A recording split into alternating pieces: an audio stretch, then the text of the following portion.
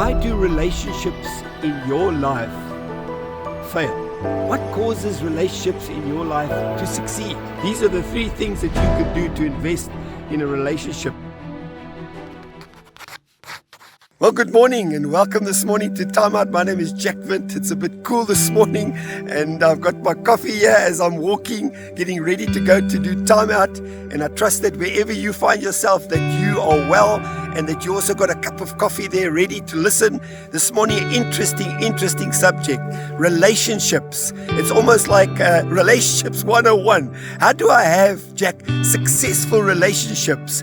What do they look like? And how can I avoid failed relationships that are painful? Nobody wants those. So don't go away. I'm going to share with you in a moment as I walk towards where I'm going to be standing by a dam, and it's going to be a great view, and I'm looking forward to speaking to you.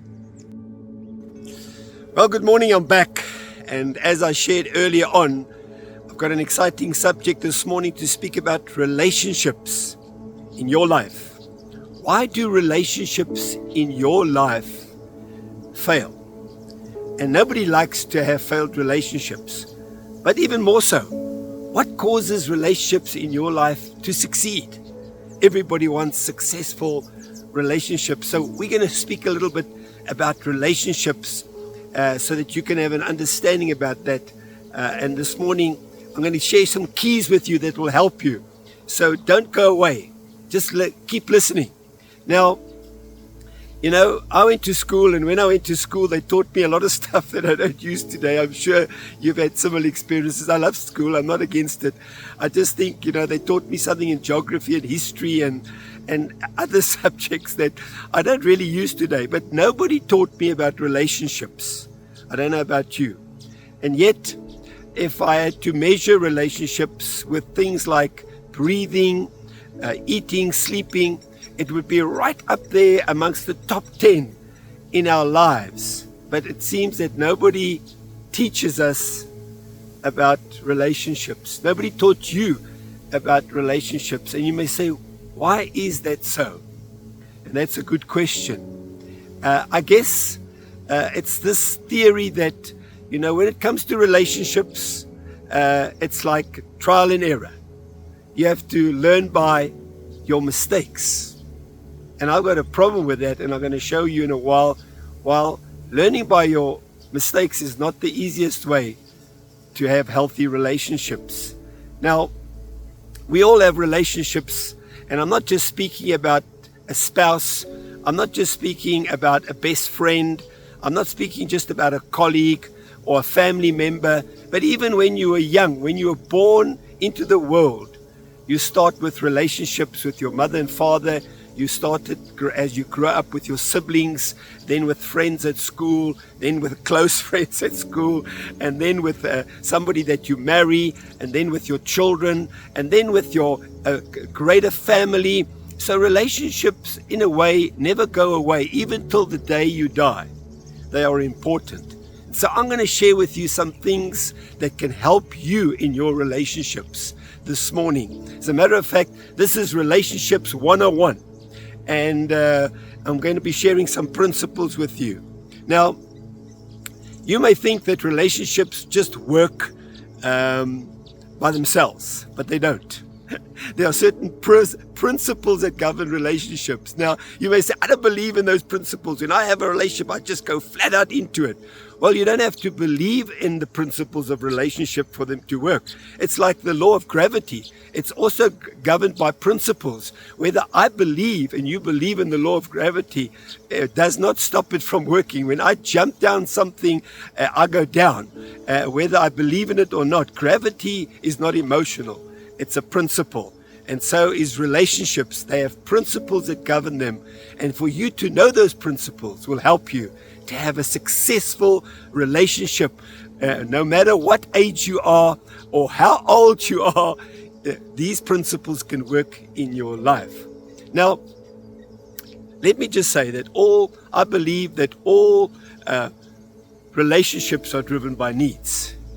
And if you can understand that, that's the beginning of understanding the principle of relationships. Now, when people say to you, how do you learn in relationships? How do you learn about relationships? Because they don't teach you at school, Jack, as you just said. Well, the trial and error method is a terrible method too, because when you say I'm learning through my mistakes, sometimes the mistakes, the price you pay for them, far outweigh the lesson that you learn. So they're not worth learning by mistakes. It's actually better to learn from somebody else's mistake if you want to learn and be wise. But is there a way, you may ask, that I can minimize the mistakes I make in a relationship? Because nobody's perfect, Jack. Absolutely. Yes, there are.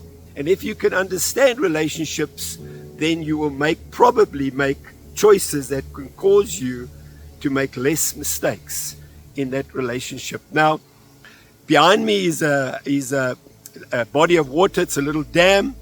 And I thought I'd use the principle that I always use about a pond. And let's pretend this is a pond. It's like a body of water. When you take, and I haven't got a stone that's too far away to throw, but if I had to throw a stone into that pond or into that dam, there would be a plop sound if you could hear it. As the stone goes into, breaks the water, then the next thing, there would be a ripple effect. It would start small, but it would go out towards the extremities of that body of water and get bigger and bigger and bigger. And the reason I say that is because relationships are interwoven in life. It's, when you fail in a relationship and I fail, it never just affects two people. And let me say, all relationships is about people. It's normally about two people. And when those relationships go wrong and there's a plop sound, you know that the ripple effect comes. And now it's not just you and that person. It involves other people, and eventually it can involve everybody. And then it becomes very complicated. And so that's the effect that a failed relationship has. So let me share with you about successful relationships this morning. Let me share with you about things that you can do this morning to make your relationship successful, because everybody needs a successful relationship. Everybody wants a successful relationship. Everybody probably deserves a successful relationship if you understand the principles that govern relationship. Now, the first one, as I said, it's about relationships. It's driven by needs. When I was young, I needed my parent, my mother, and I needed my father, and I needed my siblings. I needed friends as I grow older. Your needs in relationships are always there. Even when you get older, you have a need to be needed. So your needs never go away. Understanding that relationships are driven by needs is probably relationship 101. And if you, as a person, in a relationship with anybody, whether it's a friend or a spouse or in any sphere of life, if you can understand that you can meet somebody's needs, then you are on your way to a healthy relationship. If you can understand that they are driven by you meeting their needs, you can have a healthy relationship. And of course, if they reciprocate that and they also meet your needs, then you have a great relationship. So let me share with you about how do you meet the needs of somebody in a relationship. Now, I always say that, and I'm going to leave these three things with you, the three most important things to remember that all relationships need is, and before I share that with you, let me just say, you need to, first of all, understand that you must invest in a relationship, because if you invest, it's like an insurance policy. It pays dividends. And those are the things that make relationships fun, are the dividends. So how do I get the dividends in a relationship? Jack, you may ask, invest in that relationship. If you are not willing, and I am not willing to invest in a relationship, it's going nowhere. And so these are the three things that you can do to invest in a relationship. The first one is time. The second one, let me mention them all, is effort.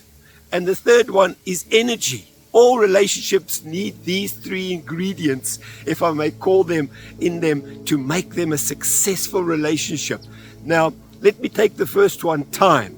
If you ever, and if maybe you're a parent this morning, or you'll know that if you've got a small child, They want all your time. As a matter of fact, sometimes when you wake up, you say, I don't have a life anymore. My children want all my time.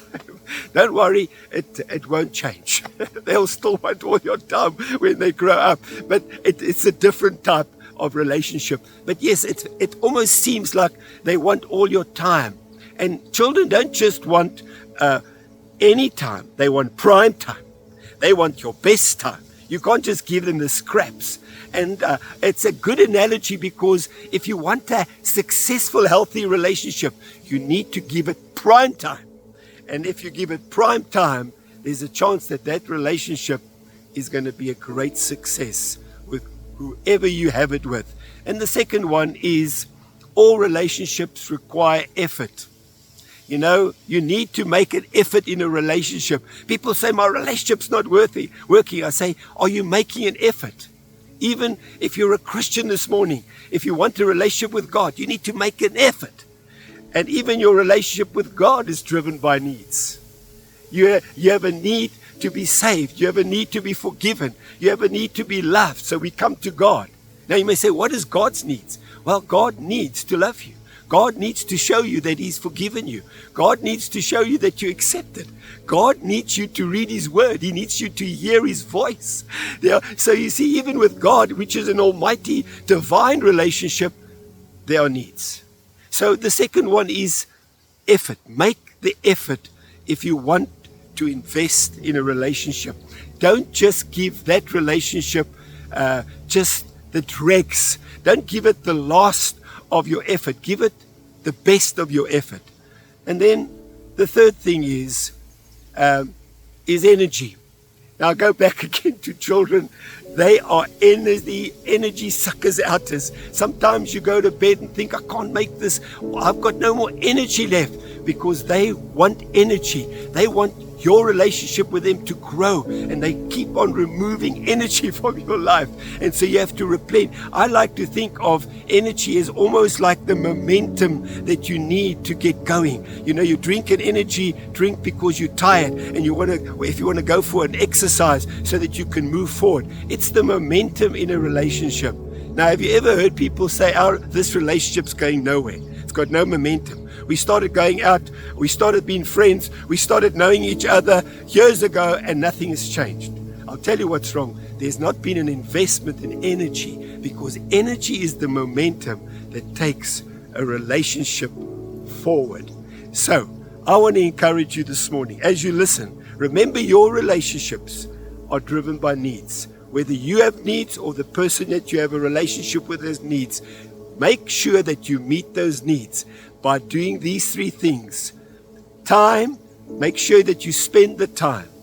Effort, make sure that you make the effort in that relationship. And energy, give the energy that relationship deserves, and you're going to reap the benefits of that great investment in your life. You've been watching Timeout. My name is Jack Vint. I'm going to catch you next week. But I want to say to you this morning, yes, please go and subscribe, and please go and comment, because you're helping me to make social media more positive. But I also want to say that I do have a VIP, a very important people group for timeouters, and you can feel free to join that, because I share some exclusive content and some voice messages, personal things with them on a weekly basis. So we'll give you that information. But just remember, God loves you. He wants to have a healthy relationship with you, and He wants you to have healthy relationships. God bless you. I'll catch you next week.